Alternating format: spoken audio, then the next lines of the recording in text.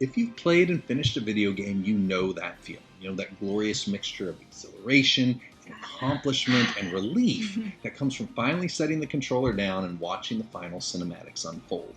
We came, we saw, we conquered. Now it's time to enjoy the fruits of our labor and see how our narrative wraps up. All of the enemies have been vanquished, our beloved characters said their final goodbyes, the kingdoms have been restored, and typically we've left the particular game world that we're in a little bit better than how we found it.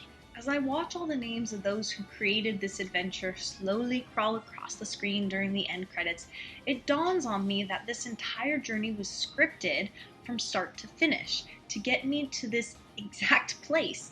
Hundreds of people who I will never meet worked together to build this experience, all for me to reach this specific endgame. Now, if I'm being honest, I didn't agree with all the decisions that they probably made during my gaming experience at the time I was playing it. Some of them I still don't understand, even now that the game is over. But those seemingly disconnected elements that made very little sense out of context tend to make the entire story come together in ways I would not have anticipated. And that is what makes the ending of a video game such a powerful and poignant experience. We all like a nice, clean ending to the stories we play, watch, and read.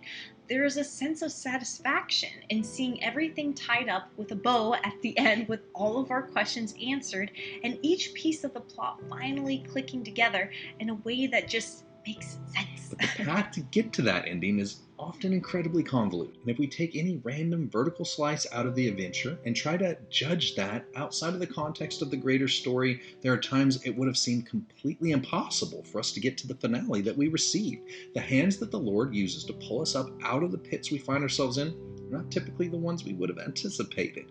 The people He uses to set us on the path to our destiny may not always have our best intentions in mind, or at a minimum, they may not have any awareness of the part they're playing in this larger story that's unfolding.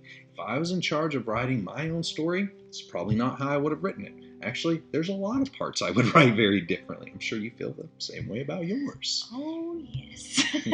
But taken separately, many of the components of our stories don't seem to make a whole lot of sense. But that is because we don't truly know where the story is going, and we certainly don't know how it's supposed to end.